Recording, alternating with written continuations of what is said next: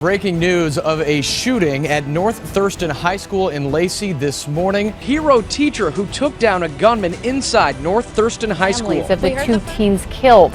This person is not only a coward, he's evil. He disguised himself as a student, arriving at 8 a.m. Football player Francisco Fernandez walked in. He shot and killed him, then killing cheerleader Casey. Aztec High School, we have gunshots on campus. Today, a school fight ending with 3 people hurt, 2 people taken to the hospital. This happening at Pines Middle School. North Thurston High School, 2015. On May 21st, 1998, 15-year-old Kip Kicknell claimed the lives of 2 fellow students and 25 others in North Thurston High School in Springfield, Oregon. But prior to the shooting in Thurston High School, he had just slain his parents while at home.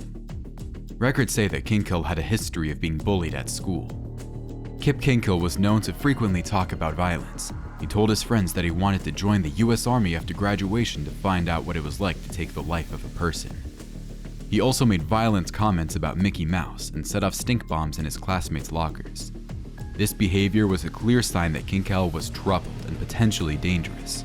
However, no one took his threats seriously, and he could carry out his plan to take his parents' life and classmates. He has been prescribed medication for his multiple mental illnesses, including a paranoid type of schizophrenia. This disorder causes people to have hallucinations and delusions. This greatly affected his mental being and thinking at the time of the shooting.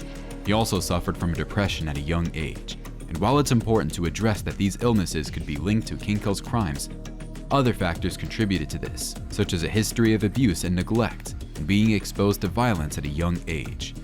And then there goes being at school, which increased his feelings of isolation. But all of these don't change the fact that what he did was horrible. When Kinkel admitted that he was hiding a weapon in his locker, he was immediately suspended. This person is not only a coward, he's evil. That same afternoon, his father told him he would be sent to military school if he did not behave. Kinkel then went to his parents' room to retrieve his semi-automatic rifle and shot his father once in the back of his head. When his mother went home from work a little later, Kinkel told her that he loved her. He then proceeded to shoot her twice in the face and in the heart. The very next morning, Kinkel left a note at the coffee table saying that his parents wouldn't be proud of him for his felonies. It would be an embarrassment for them. He then confirmed his mental state by saying that his head doesn't work right and that the voices keep telling him to harm people, and he has no other choice. He drove to school with weapons and knives hidden in his trench coats. With his weapons, he fired a total of 50 rounds, to which 37 individuals were injured and 2 students were slain. While reloading his weapon, a wounded student named Jacob Riker started tackling him along with other students and teacher Brady Olson. He drew his other weapon and tried to shoot them before he was finally disarmed by the individuals. He even urged them to shoot him and end his life, but the students restrained him until the police arrived. There is a clear difference between his morality and the normal individuals around him who knew better. Kinkel was sent to prison for 111 years without the possibility of parole. In the aftermath of the shooting, the school district implemented a number of new security measures, including metal detectors and increased security patrols. The district also created a new crisis response team to help students and staff cope with the trauma of the shooting.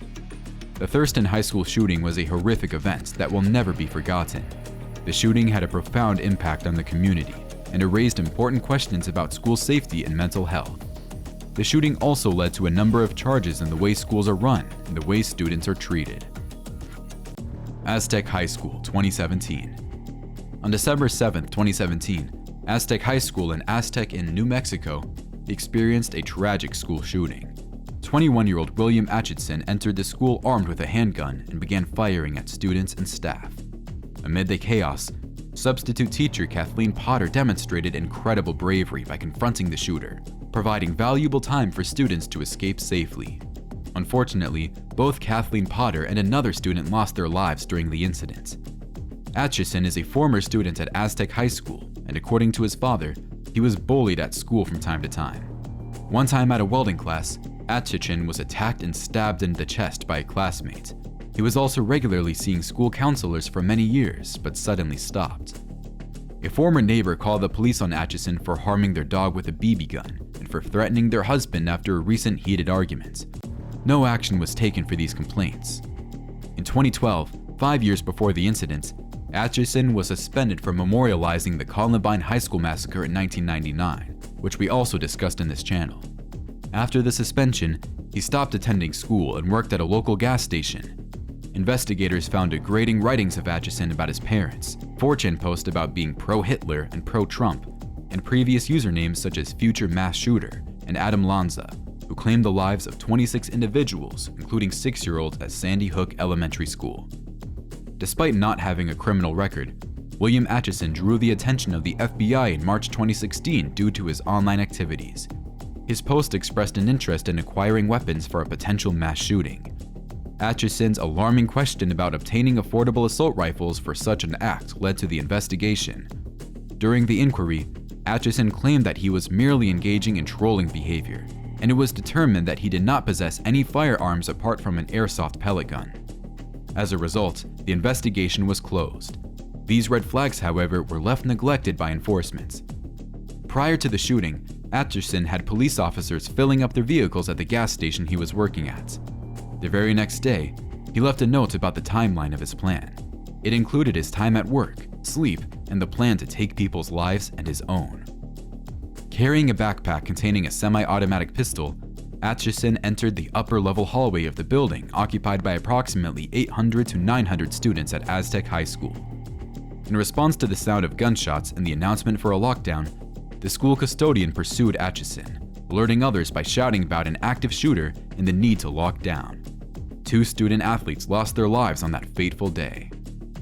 During the chaos, 74-year-old substitute teacher Katie Potter, lacking classroom keys, led her 17 students into the office and barricaded the door using a couch.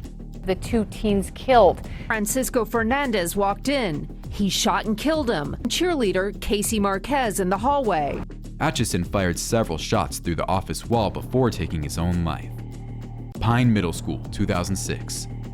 On March 14, 2006, at Pine Middle School in Reno, Nevada, a shooting incident involved a 14-year-old student, James Scott Newman, who brought a pistol to school and opened fire. 4 people were injured in the shooting, including 2 students and 2 staff members. Police say the 21-year-old gas station attendant snuck into Aztec High School and ambushed students he never met. During a delayed start to the school day due to snow, 14-year-old James Scott Newman brought his mother's revolver to Pine Middle School in his backpack. He loaded the weapon in the bathroom and randomly shot Alexander Rueda in a hallway outside the cafeteria. Newman fired twice, but both chambers were empty. He then fired 3 shots, injuring Rueda in the arm and torso, and unintentionally hitting Kenzie McKeon in the leg. Despite having no prior relationship with the victims, Newman just randomly lashed out at them. Jency Fagan, a physical education teacher, confronted Newman and successfully convinced him to drop the gun. Fagan restrained him until more staff members arrived to help. Rueda was treated for his injuries and released the same day, whereas McKeon's injuries were minor and treated on site. The school went into lockdown for an hour, then canceled classes for the rest of the day. The shooting occurred shortly after another firearm-related incident at Pine Middle School, in which a man displayed a gun near the campus, prompting precautionary measures and student dismissal. When the police interviewed Newman after being arrested, he said that his motive in the attack was to stop his parents and siblings from thinking of him as stupid and incapable. A week before the attack, he had been researching about the Columbine High School massacre on the internet. Surprisingly, his father had given him a round of ammunition the night before the attack, and he took his mother's revolver from a safe in their closet. Both ammunition and revolver matched the weapon he used during the attack. In 2006, he was tried as an adult and was put under house arrest. There was no news about the father who gave him ammunition the night before the shooting. Jancy Fagan, the brave teacher, was awarded as one of the 3 national winners for an above and beyond citizen honor from the Congressional Medal of Honor Society in Washington, D.C. for her bravery. Following the Aztec High School shooting, a lawsuit was filed against the Aztec School District and Police Department on December 6, 2019 by one of the victims' family. The lawsuit alleged that the school administrators neglected to act upon a school security assessment conducted in 2013. The assessment had recommended implementing security measures like fencing and a controlled entrance to strengthen the school perimeter.